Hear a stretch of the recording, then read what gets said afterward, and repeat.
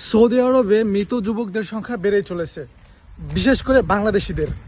এই দেখুন তার রিপোর্ট, 2008 সাল থেকে 2022 সালের ভিতরে প্রায় 13,684 জন বাংলাদেশি মৃত্যুবরণ করেছে সৌদি আরবে, এবং এরা সকলেই ছিল কর্মী সৌদি আরবের।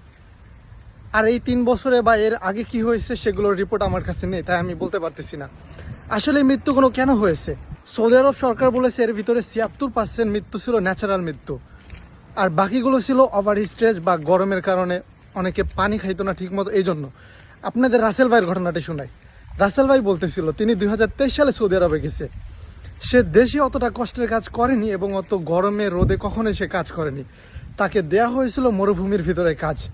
সে ঠিক মতো পানি খেত না, যেহেতু সে যুবক ছিল তাই তার শরীরে ওই রকম পানির ঘাটতি সে লক্ষ্য করতে পারেনি। সে বুঝতো না, তার মনে হতো সে ঠিক আছে। একদিন সে মরুভূমিতে কাজ করতে করতে হঠাৎ করে অজ্ঞান হয়ে যায় এবং সে তখন ভাবতেছিল হয়তো আমি মারা যাচ্ছি।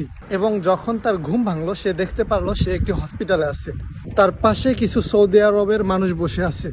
তারা তাকে মরুভূমি থেকে উদ্ধার করে নিয়ে এসেছে। আল্লাহ না করুক যদি ওই দিন তাকে কেউ খুঁজে না পেত থেকে আসলে বাঁচতে পারতো।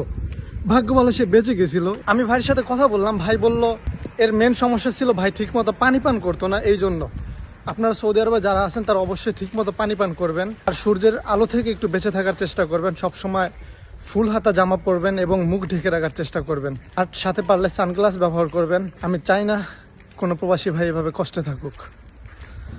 আল্লাহ তুমি প্রবাসীদেরকে হেফাজত করো।